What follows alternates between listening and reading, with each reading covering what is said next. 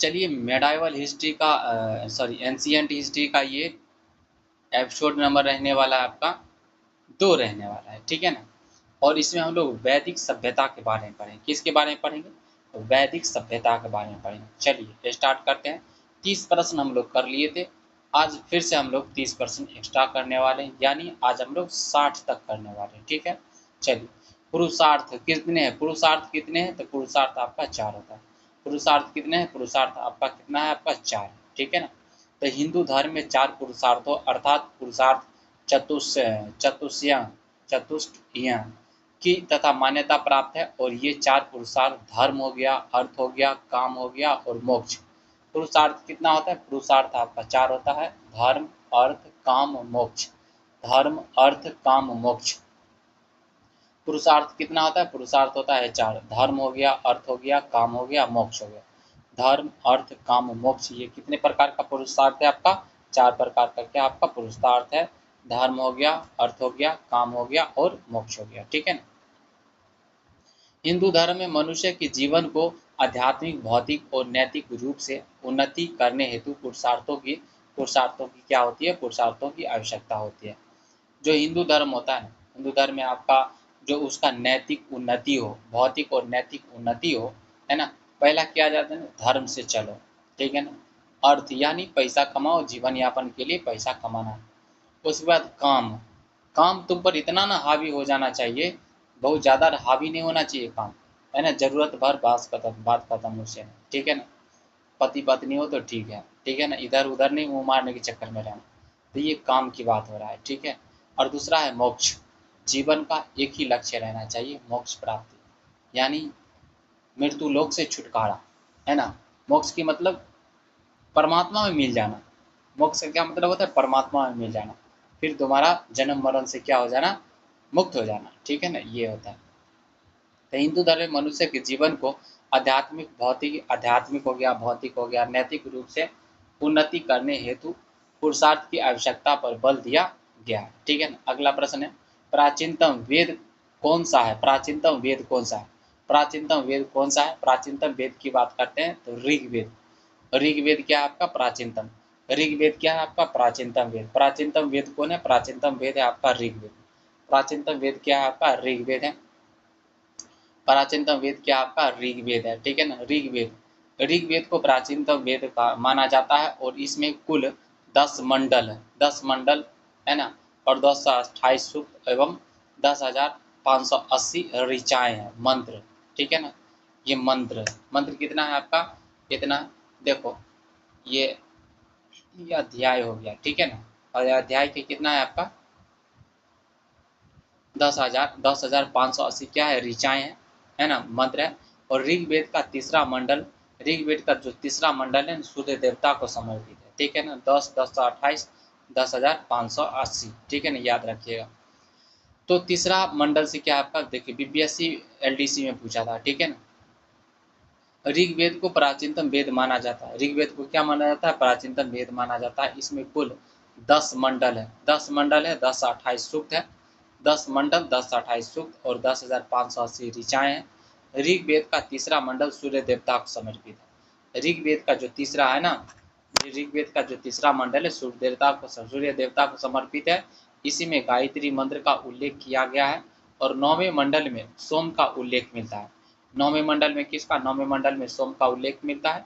ऋग्वेद में 2 ब्राह्मण ग्रंथ है, ऋग्वेद के 2 ब्राह्मण ग्रंथ हैं, ऐतरेय और कौशिक की। ऋग्वेद का 2 ब्राह्मण ग्रंथ कौन है? ऐतरेय और कौशिक की। ऋग्वेद का 2 ब्राह्मण ग्रंथ क्या? ऋग्वेद का 2 ब्राह्मण ग्रंथ है ऐतरेय और कौशिक की। ऋग्वेद का 2 ब्राह्मण ग्रंथ कौन है? ऐतरेय और कौशिक की। ऋग्वेद का 2 ब्राह्मण ग्रंथ कौन है तुम्हारा? ऐतरेय और कौशिक की है। ऋग्वेद के मंत्रों के उच्चारण करने वाले ऋषि को होत्री एवं होता कहा जाता है। ऋग्वेद का जो ऋषि होता है ना, ऋग्वेद के जो ऋषि होता है, ऋग्वेद को पढ़ने वाला, ठीक है ना, उच्चारण करने वाला ऋषि होता है ना, उसको क्या कहते हैं? उसको होत्री कहते हैं। उसको क्या कहा जाता है? उसको होत्री या होता कहा जाता है ना, होता। अगला है 32 नंबर प्रश्न पढ़ा जाए, गायत्री मंत्र किस पुस्तक से? अभी तो पढ़े थे गायत्री मंत्र ऋग्वेद से लिया है। गायत्री मंत्र किस पुस्तक से मिलता है? गायत्री मंत्र किस पुस्तक में मिलता है? तो ऋग्वेद में मिलता है। गायत्री मंत्र किस पुस्तक में मिलता है? ऋग्वेद में मिलता है, ठीक है ना। ऋग्वेद में मिलता है।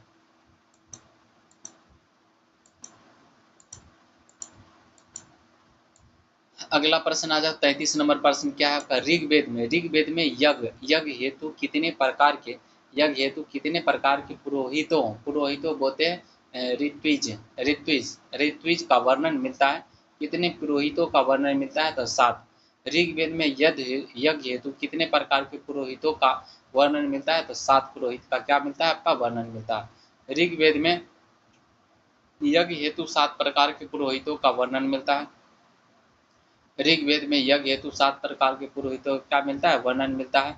अधर्वी हो गया होता, उसका ब्रह्मा ब्रह्मा हो गया, उसके बाद आग्निद हो गया, होता हो गया, नेंटा हो गया, प्रशास्ता हो गया। ये सब कितना है आपका 7 हुआ, ठीक है ना। तो यज्ञ के लिए आपका 7 क्या है आपका पुरोहित का वर्णन है। अधर्व्यू, पहला क्या अधर्व्यू होता, अधर्व्यू होता ब्रह्मा, अधर्व्यू होता ब्रह्मा और आग्निद, अधर्व्यू होता ब्रह्मा आग्निद, है ना। अधर्व्यू होता ब्रह्मा आग्निद हो जाएगा, पोता हो जाएगा, नेंटा हो जाएगा, पोता हो जाएगा, नेंटा हो जाएगा और प्रशास्ता हो जाएगा। वेद कितने प्रकार के वेद आपका 4 प्रकार के हैं, ठीक है ना। ऋग्वेद, यजुर्वेद, सामवेद, अथर्ववेद, ठीक है। तो वेदों की संख्या कितनी है, वेदों की संख्या 4 है। ऋग्वेद, यजुर्वेद, सामवेद, अथर्ववेद। ऋग्वेद में होत्री ऋग्वेद का जो अध्ययन करने वाला होता है ना उसको उच्चारण करता, उसको होत्री या होता कहते हैं। ऋग्वेद में होत्री वर्ग के पुरोहित यज्ञ कुंड में अग्नि का आह्वान कर वेद मंत्रों द्वारा देवताओं की स्तुति करता है। और सामवेद आपका उद्गाता शाम का गायन करता है। जो आपका सामवेद की बात करते हैं उद्गाता, शाम का क्या करता है, शाम का गायन करता है। सामवेद में उद्गाता शाम का क्या करता है, गायन करता है। यजुर्वेद में अधर्व्यू, है ना, यजुर्वेद की बात करते हैं अधर्व्यू यागिक कर्मकांड का वर्णन करता है। यजुर्वेद में क्या अधर्व्यू यागिक कर्मकांड का क्या करता है, वर्णन करता है। अथर्ववेद के पुरोहित को ब्रह्मा कहा जाता है, अथर्ववेद के पुरोहित को क्या कहा जाता है, ब्रह्मा कहा जाता है। अथर्ववेद के पुरोहित को ब्रह्मा कहा जाता है। अब अथर्ववेद में होता है ना, अथर्ववेद में ही आपका कर्मकांड का वर्णन यागिका करता है। अथर्ववेद को पुरोहित को ब्रह्मा कहा जाता है। और यह वशीकरण हो गया, भूत प्रेत हो गया, जादू टोना आदि से संबंधित है। अथर्ववेद, है ना, अथर्ववेद किससे संबंधित है, सॉरी यजुर्वेद, है ना। यजुर्वेद आपका याज्ञिक कर्मकांड, अथर्ववेद के पुरोहित को ब्रह्मा कहा जाता है। अथर्ववेद के पुरोहित को क्या कहा जाता है, ब्रह्मा कहा जाता है।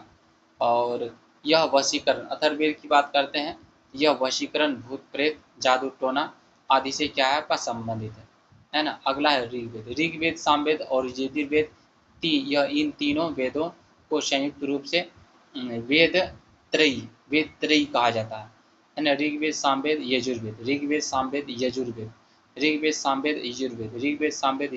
को क्या कहा जाता है, त्रयी कहा जाता है। ऋग्वेद, सामवेद, यजुर्वेद को रूप से क्या कहा जाता है, त्रयी कहा जाता है। ऋग्वेद हो गया, सामवेद हो गया, यजुर्वेद, है ना, को क्या कहा जाता है, त्रयी कहा जाता है। त्रयी का अभिप्राय क्या है, तीनों वेद, त्रयी का अभिप्राय क्या है, तीनों वेद, ऋग्वेद, यजुर्वेद और सामवेद। अगला 36 नंबर प्रश्न है, निम्न में से कौन सी नदी सप्त सैंधव में समाविष्ट नहीं थी। निम्न में से कौन सी नदी सप्त सैंधव में समाविष्ट नहीं थी। निम्न में से कौन सी नदी सप्त सैंधव में समाविष्ट नहीं थी, तो आंसर है साबरमती। सप्त सैंधव में समाविष्ट नहीं थी आपका साबरमती नदी समाहित नहीं थी। निम्न में से कौन सी नदी सप्त सैंधव में समाहित नहीं थी, निम्न में से कौन सी नदी सप्त सैंधव में समाहित नहीं थी, तो आंसर हो जाएगा साबरमती। निम्न में से कौन सी नदी सप्त सैंधव में समाहित नहीं थी, समाविष्ट नहीं थी, अब आंसर हो जाएगा साबरमती नदी। कौन सा, साबरमती नदी हो जाएगा। तो ऋग्वेदिक काल में सप्त सैंधव नदियों में साबरमती समाहित नहीं थी। इसमें कौन कौन समाहित थी, सैंधव नदी में झेलम हो गया, चिनाब हो गया, रावी, झेलम चिनाब रावी हो जाएगा। झेलम चिनाब और क्या जाएगा, झेलम चिनाब और रावी, झेलम चिनाब और क्या जाएगा, रावी हो जाएगा। ऋग्वेदिक काल में सप्त सैंधव नदियों में साबरमती नहीं शामिल थी। इस काल में नदियों की संख्या लगभग 25 बताई गई। ऋग्वेद में जो है ना, ऋग्वैदिक काल में नदियों की संख्या कितनी बताई गई? 25 बताई गई है। ऋग्वैदिक काल की प्रमुख नदियां सिंधु, सतलज, रावी, झेलम, चेनाब, व्यास तथा सरस्वती नदी थी। ठीक है ना। इस समय कौन थी आपका? सिंधु थी, सतलज थी, व्यास थी, झेलम थी, चिनाब थी, है ना। झेलम हो गया, चिनाब हो गया, व्यास हो गया, सरस्वती नदी आदि थी। और प्रसिद्ध 10 राजाओं का युद्ध परोशनी रावी नदी के तट पर लड़ा गया था। प्रसिद्ध 10 राजाओं का जो युद्ध है ना, परुशनी, 10 राजाओं का जो युद्ध है परुशनी रावी नदी के तट पर क्या किया गया था? लड़ा गया था। प्रसिद्ध 10 राजाओं का युद्ध परुशनी यहाँ पर लड़ा गया था, रावी नदी के तट पर आपका लड़ा गया। अगला 37 नंबर प्रश्न है, प्रसिद्ध 10 राजाओं का युद्ध किस नदी के तट पर लड़ा गया था? तो रावी नदी के तट पर लड़ा गया था। परुशनी की बात करते हैं तो रावी, इसी परुशनी को क्या कहता है? रावी नदी भी कहते हैं। ठीक है। अगला है ऋग्वेद। ऋग्वेद संहिता का 9वां मंडल पूर्णतः किसको समर्पित है? 9वां मंडल किसको समर्पित है? बोलिए। ऋग्वेद संहिता का 9वां मंडल पूर्णतः किसको समर्पित है? तो किसको समर्पित है? सूर्य देवता को समर्पित है कि नहीं? बोलिए, है ना। सोम और पे का नामांकित देवता, है ना। चलिए देखते हैं, ऋग्वेद का संपूर्ण 9वां मंडल सोम देवता को समर्पित है। 9वां मंडल किसको है? 9वां मंडल आपका सोम देवता को समर्पित है। इस मंडल में सोम मंडल भी, इस मंडल को सोम मंडल भी कहा है। इस मंडल को क्या कहता है? सोम मंडल भी कहा है। विश्व का सबसे प्राचीन ग्रंथ ऋग्वेद है। विश्व का सबसे प्राचीन ग्रंथ की बात करते हैं, विश्व का सबसे प्राचीन ग्रंथ कौन है आपका? विश्व का सबसे प्राचीन ग्रंथ की बात करते हैं तो ऋग्वेद है। विश्व का सबसे प्राचीन ग्रंथ कौन है आपका? विश्व का सबसे प्राचीन ग्रंथ कौन है? बोलिए। विश्व का सबसे प्राचीन ग्रंथ की बात करते हैं तो वो क्या आपका? ऋग्वेद है।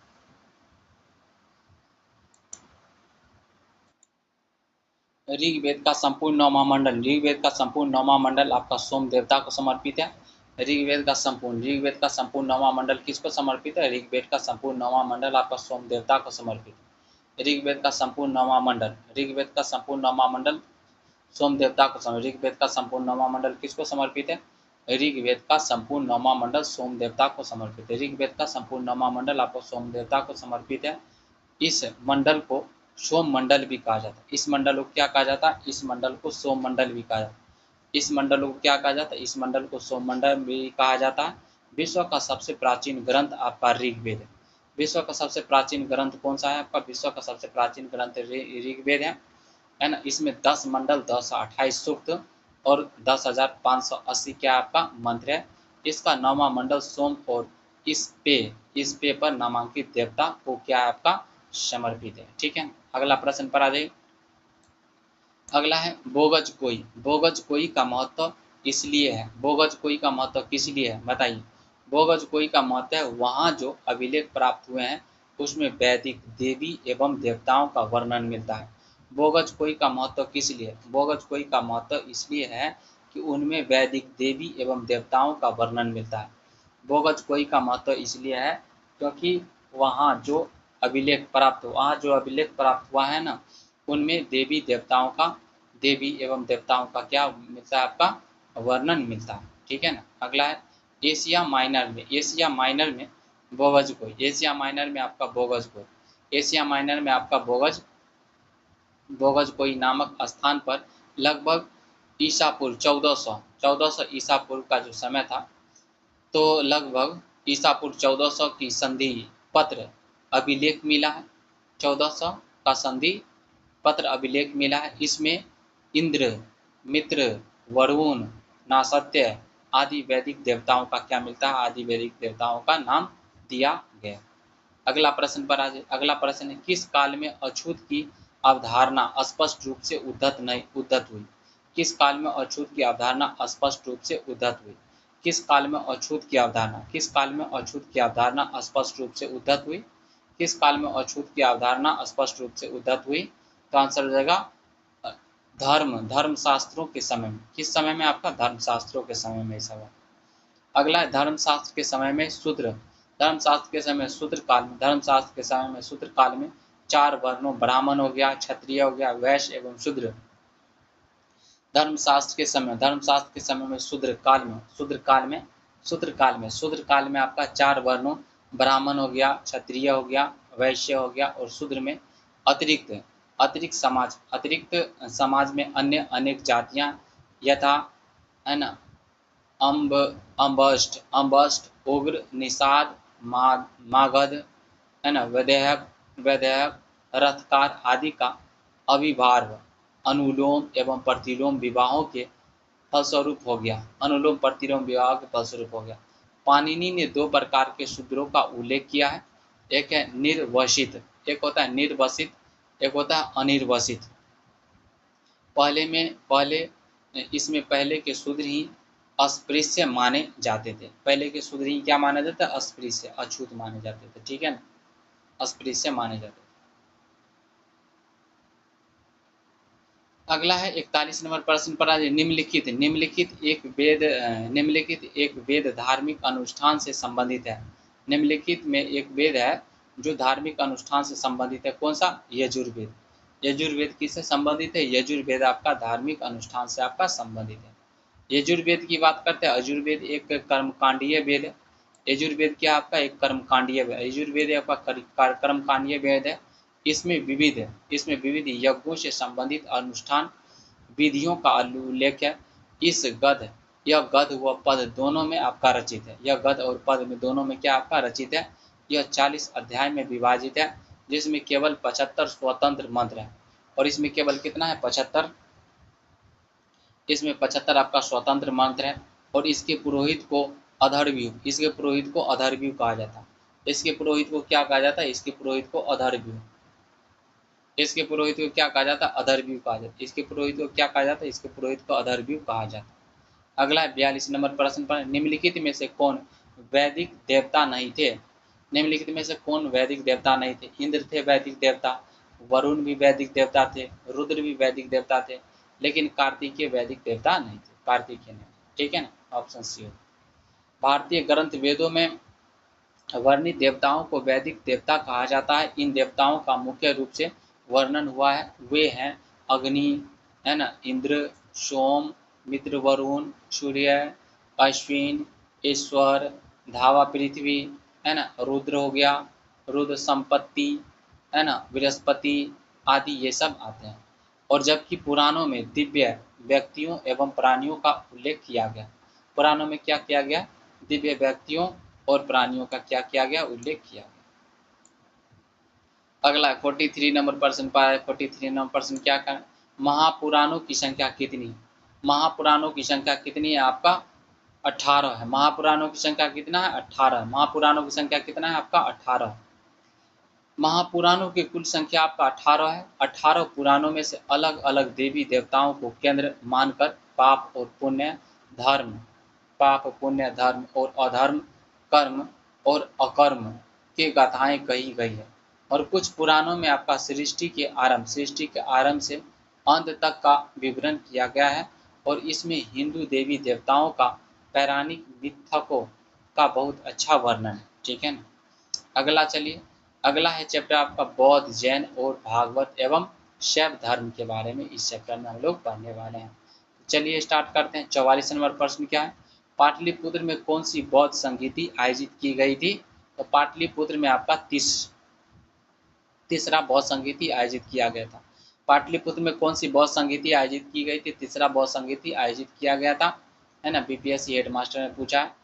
बौद्ध अनुश्रुतियों के अनुसार बुद्ध के विनिर्माण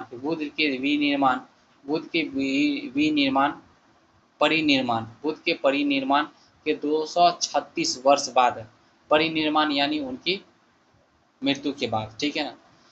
तो बुद्ध के बौद्ध अनुश्रुतियों के अनुसार बुद्ध के परिनिर्माण के 236 वर्ष बाद सम्राट अशोक के संरक्षण में तृतीय बौद्ध संगीति 250 ईसा पूर्व पाटलिपुत्र में हुआ था। ठीक है ना। 250 ईसा पूर्व की बात करते हैं। 250 ईसा पूर्व में आपका पाटलिपुत्र में हुआ था। और इसकी अध्यक्षता प्रसिद्ध बौद्ध ग्रंथ कथा वस्तु के रचयिता मोगलीपुत्र तिस ने की थी और इनका उद्देश्य संघ भेद के विरुद्ध कठोर नियमों का संघ भेद करके कके होगा विरुद्ध कठोर नियमों का प्रतिपादन करके बौद्ध धर्म को अस्थायी प्रदान करने या प्रयत्न प्रयत्न किया गया और अन्य 3 बौद्ध संगीतियां निम्न प्रकार। देखिए प्रथम जो बौद्ध संगीति हुआ था, प्रथम बौद्ध संगीति कहाँ पर हुआ था? 483 ईस्वी में हुआ था राजगिरी में। राजगिरी कहाँ पर हुआ था आपका? राजगिरी में हुआ था, है ना, गया वाला क्षेत्र में, ठीक है ना। पहला हुआ था आपका प्रथम 483 ईसा पूर्व में, क्या था? राजगिरी। 483 ईसा पूर्व में होता है, राजगिरी में हुआ था। और उस समय जो राजा थे महाकश्यप और अजात शत्रु, उस समय राजा की बात करते हैं अजात शत्रु, है ना, अजात शत्रु थे। अजात शत्रु के समय में हुआ था और उस समय किसके संरक्षण में हुआ था? महाकश्यप के संरक्षण में हुआ था, ठीक है ना, अजात शत्रु। और द्वितीय देखो प्रथम बौद्ध संगीति हुआ था 483 ईसा पूर्व में हुआ था, राजगिरी में हुआ था। उस समय जो शासक कौन थे? अजात शत्रु। और किसके अध्यक्षता में हुआ था? महाकश्यप होगा यहाँ पर, महाकश्यप की अध्यक्षता में हुआ था, ठीक है ना। तो पहला जो बौद्ध संगीति हुआ था कब? 483 ईसा पूर्व में होता है, राजगिरी में होता है। और उस समय राजा कौन थे? अजात शत्रु। कौन था राजा? अजात शत्रु था, है ना, हर्यक वंश का था। अजात शत्रु क्या था उसमें? अजात शत्रु उस समय राजा था और महाकश्यप क्या था? महाकश्यप इसके अध्यक्ष थे। द्वितीय बौद्ध संगीति 400, देखिए पहला हुआ था 483 में, उसके बाद 383 याद रखिएगा, है ना। उसके बाद क्या देखिए 383 ईसा पूर्व में हुआ था, 383 ईसा पूर्व में हुआ था। द्वितीय कब हुआ था? 383 ईसा पूर्व में हुआ था, वैशाली में हुआ था। सावा कमीर, है ना, सावा कमीर के अध्यक्षता में हुआ था। और कालाशोक किसके क्या थे? कालाशोक किसके अध्यक्ष थे। और तीसरा वाला देख लीजिए, तीसरा वाला बौद्ध संगीति हुआ था 236 वर्ष सम्राट अशोक के संरक्षण में। तृतीय बौद्ध संगीति 250 ईसा पूर्व में हुआ था, 250 ईसा पूर्व पाटलिपुत्र में हुआ था। कब हुआ था? 250 ईसा पूर्व में कब हुआ था आपका? पाटलिपुत्र में हुआ था। और इसमें जो अध्यक्षता था प्रसिद्ध बौद्ध ग्रंथ कला वस्तु रचयिता मोगलीपुत्र तिस्क ने की थी। किसने किया था? इसमें कौन अध्यक्ष थे? मोगलीपुत्र तिस्क, ठीक है ना, मोगलीपुत्र तिस्क इसके क्या थे? अध्यक्ष थे। और उस समय राजा कौन थे? सम्राट अशोक, है ना, सम्राट अशोक। कब हुआ था? 250 ईसा पूर्व, तीसरा वाला याद रखिएगा। और चौथा की बात करते हैं तो ये ईसा के प्रथम शताब्दी में हुआ था और कश्मीर के कुंडल वन में हुआ था। और इसमें जो राजा थे कनिष्क थे। राजा कौन थे? कनिष्क थे। और वसुमित्र व अश्वघोष थे, क्या थे? वसुमित्र अश्वघोष थे इसके अध्यक्ष थे। चौथा हुआ था आपका कहाँ पर होता? चौथा हुआ था आपका कश्मीर में हुआ था, प्रथम ईसा शताब्दी में हुआ था, है ना, ईसा शताब्दी प्रथम शताब्दी में हुआ था, ईस्वी के जो प्रथम शताब्दी में हुआ था ये। और वसुमित्र, है ना, वसुमित्र और अश्वघोष इसके क्या थे? अध्यक्ष थे। और कनिष्क के समय में हुआ था, ठीक है ना। और दूसरा कब हुआ था? कालाशोक के समय में हुआ था। कालाशोक सावा कमीर अध्यक्ष थे, वैशाली में हुआ था 383 में हुआ था। और अजातशत्रु के समय में हुआ था 483 ईसा पूर्व में हुआ था, ठीक है ना, राजगिरी में हुआ था। और महाकश्यप क्या थे? उसके अध्यक्ष थे। अगला 45 नंबर, जैन धर्म के 23वें तीर्थंकर कौन थे? जैन धर्म के 23वें तीर्थंकर की बात करते हैं, कौन थे? तो आंसर हो जाएगा पार्श्वनाथ। जैन धर्म के 23वें तीर्थंकर कौन थे? पार्श्वनाथ। जैन धर्म के 23वें तीर्थंकर कौन थे? जैन धर्म के 23वें तीर्थंकर थे पार्श्वनाथ। जैन धर्म के 23वें तीर्थंकर थे पार्श्वनाथ, ठीक है ना। जैन धर्म के 23वें तीर्थंकर पार्श्वनाथ थे, जो काशी के इक्ष्वाकु वंशीय राजा अश्वसेन के पुत्र थे। जैन धर्म के आपका 23वें तीर्थंकर थे पार्श्वनाथ थे। जैन धर्म के 23वें आपका तीर्थंकर कौन थे? पार्श्वनाथ थे, जो काशी के इक्ष्वाकु वंशीय राजा अश्वसेन के क्या थे? अश्वसेन के पुत्र थे। महावीर स्वामी जैन धर्म के आपका 24वें, महावीर स्वामी की बात करते हैं। महावीर स्वामी जैन धर्म के 24वें तथा ऋषभनाथ, है ना, ऋषभनाथ प्रथम और अरिष्टनेमी 22वें तीर्थंकर थे। अरिष्टनेमी 22वें थे और अरिष्टनेमी क्या थे? 22वें थे। और पार्श्वनाथ आपका 23 में थे, 24 में थे महावीर स्वामी और प्रथम थे आपका ऋषभनाथ प्रथम, और 22 में कौन थे आपका अरिष्टनेमी, 22 में तीर्थंकर थे। महावीर स्वामी के काल में जैन धर्म सबसे चरमोत्कर्ष पर था, ठीक है ना, सबसे ज़्यादा जैन धर्म चरमोत्कर्ष पर कब था आपका, महावीर स्वामी के समय में, ठीक है ना, ये 24 में तीर्थंकर थे। अगला है त्रिपिटकों का संबंध किस धर्म से, त्रिपिटक का संबंध है आपका बौद्ध धर्म से। त्रिपिटक का संबंध किससे, त्रिपिटक का संबंध आपका बौद्ध धर्म से, ठीक है ना। त्रिपिटक बौद्ध धर्म के प्रमुख ग्रंथ है और बुद्ध की मृत्यु के बाद उनकी शिक्षाओं को संकलित कर 3 भागों में बांटा गया, जिन्हें त्रिपिटक कहा जाता है, ठीक है ना। त्रिपिटक बौद्ध धर्म के प्रमुख ग्रंथ, त्रिपिटक क्या है आपका, बौद्ध धर्म के प्रमुख ग्रंथ है और बुद्ध की मृत्यु के बाद इनकी शिक्षाओं को संकलित कर 3 भाषाओं में बांटा गया, जिन्हें त्रिपिटक कहा गया। ये पाली भाषा में लिखी गई थी। यह किस भाषा में लिखी गई, पाली भाषा में लिखी गई है। यथा विनय पिटक, सूत पिटक तथा अभिधम पिटक, ठीक है ना। विनय पिटक, सूत पिटक, अभिधम पिटक, विनय पिटक, सूत पिटक, अभिधम पिटक है। विनय पिटक हो गया, सूत पिटक हो जाएगा, अभिधम पिटक। और त्रिपिटक बौद्ध धर्म का आदर्श सिद्धांत और नियमों को क्या करता है, दर्शाता है। अगला चलिए 47 नंबर प्रश्न पर आज त्रिपिटक किसकी धार्मिक पुस्तक है, बौद्ध धर्म की है, ठीक है ना। अगला चलिए त्रिपिटक किस भाषा में लिखी गई थी, ये आपका पाली भाषा में लिखी, किस भाषा में आपका, पाली भाषा में लिखी गई। अगला गौतम बुद्ध ने अपना प्रथम धर्मोपदेश दिया था, कहाँ पर दिया था, सारनाथ। कहाँ पर दिया था, सारनाथ में दिया था। बहुत बार ये सवाल पूछा, देखिए बीपीएससी एई में पूछा है, 2022 में मोटर व्हीकल में पूछा, बीपीएससी एग्जाम में पूछा। गौतम बुद्ध ने अपना प्रथम धर्मोपदेश किसे दिया था, गौतम बुद्ध ने अपना धर्मोपदेश दिया था सारनाथ में। कहाँ पर दिया था, सारनाथ में दिया था, ठीक है ना। गौतम बुद्ध द्वारा अपना प्रथम धर्मोपदेश सारनाथ में दिया गया था। यह उत्तर प्रदेश के वाराणसी जिले में स्थित है। सारनाथ कहाँ पर स्थित है, उत्तर प्रदेश के वाराणसी जिले में स्थित है।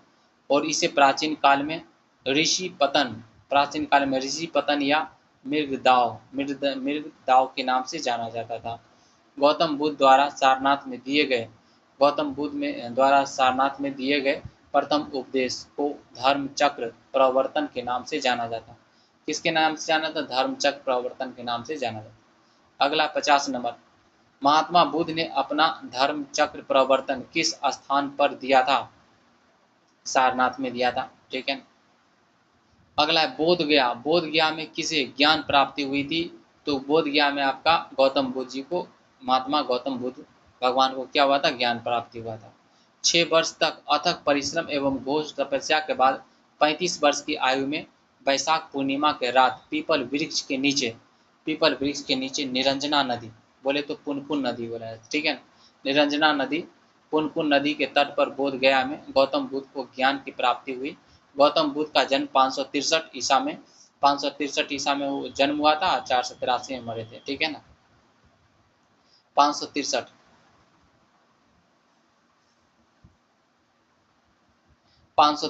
ईसा पूर्व में कपिलवस्तु के निकट लुम्बिनी में हुआ था। 563 ईसा पूर्व में कपिलवस्तु के निकट लुम्बिनी में हुआ था। जन्म के 7वें दिन ही माता का देहावसान हो गया, उनकी माता की मृत्यु हो गई, 7वें दिन ही माता का देहावसान हो गया। अतः उनकी जो लालन पालन मौसी महाप्रजापति गौतमी ने की और इनका पालन पोषण किया। और 29 वर्ष की अवस्था में उन्होंने गृह त्याग दिया। और 29 वर्ष की अवस्था में क्या किया, उन्होंने गृह त्याग दिया। बौद्ध ग्रंथों में इस घटना को महाभिनिष्क्रमण, है ना, बौद्ध ग्रंथों में इसे क्या कहा जाता है, इस घटना को महाभिनिष्क्रमण कहा जाता है। क्या कहा जाता है, महाभिनिष्क्रमण कहा जाता है। अगला 52 नंबर प्रश्न पर आज, भगवान बुद्ध ने ज्ञान प्राप्त करने के लिए लंबे वर्षों तक तपस्या और साधना में जीवन कहाँ व्यतीत किया, बताइए। भगवान बुद्ध ने ज्ञान प्राप्त करने के लिए भगवान बुद्ध ने ज्ञान प्राप्त करने के लिए लंबे वर्षों तथा तपस्या और साधना में जीवन कहाँ व्यतीत किया था? तो बोध गया में, ठीक है ना, गया में। अगला है बोध गया में। बोध गया की बात करते, बोध गया में महाबोधि मंदिर बनाया गया, जहां आपका गौतम बुद्ध को ज्ञान का प्राप्त हुआ था। बोध गया में महाबोधि मंदिर बनाया गया, जहां महात्मा बुद्ध को क्या हुआ था? गौतम बुद्ध को ज्ञान का प्राप्त हुआ था। अगला है तृतीय बौद्ध सभा। तृतीय बौद्ध सभा का सभापति कौन था? तो ये मोगलीपुत्र तिस्क थे। कौन थे? मोगलीपुत्र तिस्क थे, है ना, मोगलीपुत्र तिस्क थे। चलिए देखो, तृतीय बौद्ध सभा का सभापति कौन थे? मोगलीपुत्र तिस्क को तिस्क द्वारा किया गया था। चलिए देखते हैं। बौद्ध संगीति, प्रथम बौद्ध संगीति हुआ था राजगीर में और 483 ईसा पूर्व में हुआ था, और इसके अध्यक्ष थे महाकश्यप और अजातशत्रु क्या थे? उस समय राजा थे, शासक। राजा कौन था? अजातशत्रु। तो कब हुआ था? 483 ईसा पूर्व में क्या था? राज 483 ईसा पूर्व में, 483 ईसा पूर्व में कहाँ पर हुआ था बौद्ध संगीति?